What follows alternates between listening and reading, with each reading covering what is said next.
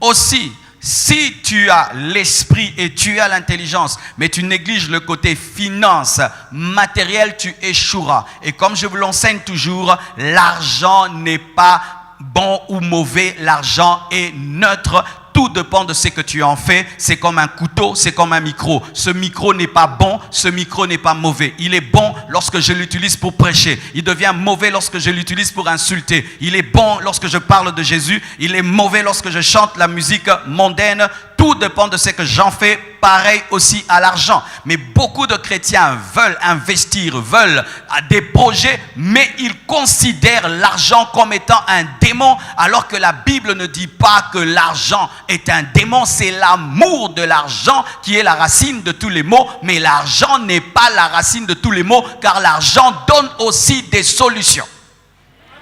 Amen.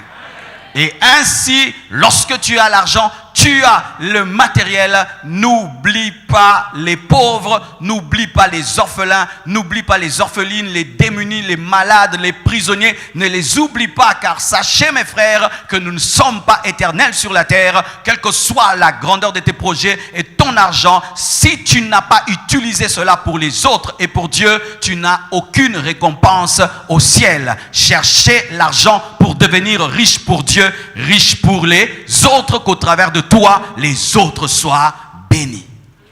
Amen. Équilibre. Dites équilibre. Deuxièmement, l'identification du besoin. Approchez-vous un peu. L'identification du besoin. Quel était le besoin? Le besoin, c'était la guérison. La guérison. Tous savaient, c'est qu'est-ce que nous voulons? Nous voulons la guérison. Nous allons chercher pour Jésus, pourquoi? La guérison, la guérison, la guérison, la guérison. Il veut la guérison. Le paralytique qui était assis là voulait la guérison. Quel est ton besoin? Quand tu as un projet, quel est ton besoin? Si tu as un mauvais besoin, tu auras un mauvais projet. Mauvais besoin. Je vais être grand, je vais dépasser les autres, je vais être grand, je vais avoir beaucoup de femmes, je vais être grand, je vais impressionner, je vais épater. Mauvais besoin, mauvais projet. Ils avaient un bon projet parce qu'ils avaient un bon besoin de la guérison de leur ami. Quel est ton besoin? La Bible dit que vous priez, vous ne recevez pas parce que vous priez mal, vous demandez mal dans le but de satisfaire vos convoitises. Et lorsque tu as un projet rempli d'orgueil, d'envie, de jalousie et de convoitise, Dieu ne te bénira pas le besoin. Amen. Une autre chose, l'identification de la solution au besoin.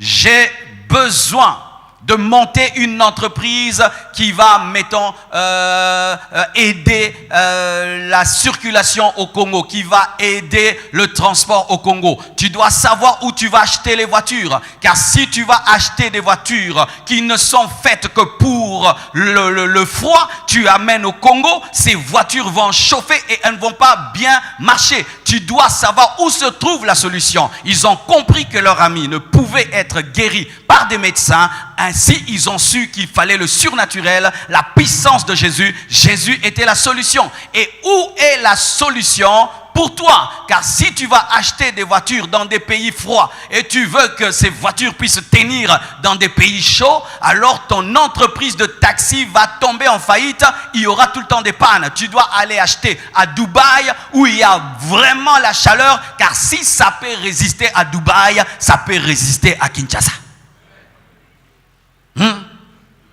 Où se trouve le marché pour ton affaire? Où se trouve le marché pour ton affaire? Certains, tu veux vendre des chaussures au Congo et tu vas les acheter tellement cher et tu nous amènes des chaussures à $400, $300. Le Congolais ne va pas acheter. Ce n'est pas qu'il y a des démons, tu as mal trouvé la solution. Amen. Tu dois identifier le besoin, la solution. Tu dois identifier où avoir une stratégie. Tu dois planifier. Mes frères et sœurs, ce miracle est parmi les miracles les plus intelligents de la Bible. Vous savez ça? Pour les autres miracles, les gens se sont tenus devant Jésus. Jésus, aie pitié de moi, fils de David, purifie-moi, guéris-moi. Mais eux, non, c'était vraiment un plan. Dites plan. Voici leur planification.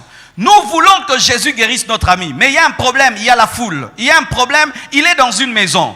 Il n'est pas sur la route pour qu'on puisse faire comme la femme à la perte de sang. Il n'est pas sur la route pour qu'on puisse faire comme Bartimée. Il est dans une maison. La maison est pleine et dehors c'est plein. Mais notre ami doit être guéri. Qu'est-ce que nous devons faire? Ils ont dit, nous allons prendre un lit. Nous allons le tenir à 4. Nous allons monter sur la maison. Nous allons casser le toit et nous allons le faire descendre.